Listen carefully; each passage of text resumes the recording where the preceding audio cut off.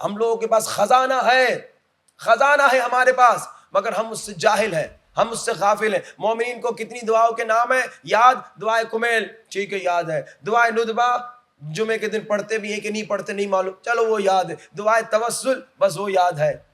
اور کتنی دعائیں ہیں مفاتیح میں بھری ہوئی نہیں معلوم، دعائے عرفہ کتنوں نے پڑھی 9 ذی الحج کو نہیں معلوم، دعائے جوشن کبیر چلو پھر بھی وہ تھوڑا اس کا نام آتا ہے، لیکن سنیے کتنا عظیم خزانہ ہے ہمارے پاس، اتنا عظیم خزانہ ہے کہ ایک مومن بتاتا ہے امریکہ کا، کہتا ہے کہ ایک میرا دوست تھا، اس سے مجھے خبر ملی کہ امریکہ میں ایک شخص ہے،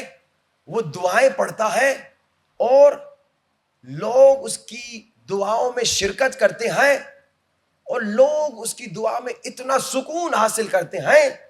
کہ دنیا میں کسی جگہ پہ اتنا سکون نہیں ملتا، اور اس دعا کی انٹری فیس ہے $100۔ $100۔ اب یہ حیران، اچھا انگریزوں کے پاس، امریکنز کے لیے ویسٹرن جتنے بھی ممالک ہیں ان کے پاس اسپریچولیٹی نہیں ہے، معنویت نہیں ہے، اب یہ حیران کہ یہ کون ہے جو جوانوں کو اٹریکٹ کر رہا ہے، اور اس کے پروگرام میں، دعا کے پروگرام میں صرف جوان جا رہے ہیں۔ اس نے کہا چلو ایک دن $100 کی قربانی دیتا ہوں، میں بھی چلا جاتا ہوں۔ کہا میں آ گیا، کہا وہ ایک بکلیٹ دے رہا تھا، بکلیٹ چھوٹا سا، وہ $100 لے رہا تھا، بکلیٹ لے دے رہا تھا، اور اندر جوان رو رہے ہیں، سب جوان، یہ وہ جوان ہیں جن کے پاس پیسہ بھی ہے، گاڑیاں بھی ہیں، اور ہر عیاشی کر چکے ہیں، لیکن اب دنیا صرف عیاشی تھوڑی ہے، زندگی صرف عیاشی تھوڑی ہے، ایک جگہ آتی ہے جہاں انسان کو اسپریچولیٹی کا احساس ہوتا ہے، کسی چیز کا احساس ہوتا ہے، ان کو معلوم نہیں کہ وہ معنویت ہے، وہ اسپریچولیٹی ہے، وہ دعائیں ہیں، وہ یہی مجالس ہیں، ان کو نہیں معلوم، تو وہ خودکشی کر لیتے ہیں۔ آپ دیکھیں خودکشی کا جو ریشو ہے سب سے زیادہ پیسے والے ممالک میں ہے، کیا وجہ ہے؟ اس کی وجہ یہی ہے کہ دنیا کی ہر چیز ہے، لیکن جب ڈیڈ اینڈ پہ پہنچ جاتے ہیں تو پھر ان کے پاس کوئی راستہ نہیں۔ معنویت، اسپریچولیٹی وہ نجات کا راستہ ہے جس کے ذریعے سے انسان پھر واپس انرجی لیتا ہے، طاقت لیتا ہے۔ ایک مومنہ تھی کوئٹہ میں مجھ سے ملی، اس نے کہا مولانا میرا 13 سال کا بیٹا مر گیا، کہا جب بھی بیٹا یاد آتا ہے تڑپ تڑپ کے روتی ہوں، لیکن جب میں روتی ہوں اچانک جب قاسم یاد آتے ہیں تو میں چپ ہو جاتی ہوں،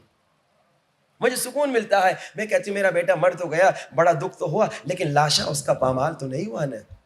دیکھیں یہ کربلا انرجی دیتا ہے، یہ طاقت یہ انگریزوں کے پاس نہیں ہے، یہ ان امریکنز کے پاس نہیں ہے، اسی لیے وہ دنیا ہی کو سب کچھ سمجھتے ہیں۔ لیکن اس نے کہا کہ یہ ایک امریکن ہے، اس نے دعا کا بندوبست کیا ہوا ہے۔ کہا میں چلا گیا، بکلیٹ بھی لیا، $100 بھی دیا، اندر دعا لوگ پڑھ رہے ہیں، سب رو رہے ہیں، اور اس نے دعا میں نام بھی اپنا لکھا تھا کہ میں نے ہی دعا بنائی ہے۔ کہا میں دعا پڑھتا گیا، مجھے لگا کہ یہ دعا میں نے کہیں اور پڑھی ہے۔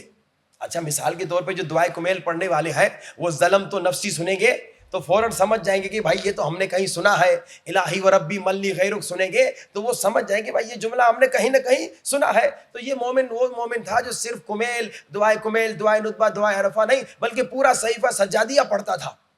تو اس نے کہا یہ دعا میں نے کہیں پڑھی ہے لیکن اب یاد نہیں آ رہا۔ کہا وہ بکلیٹ لیا، وہاں پہ سے نکلا، میں جب گھر گیا تو یہ مجھے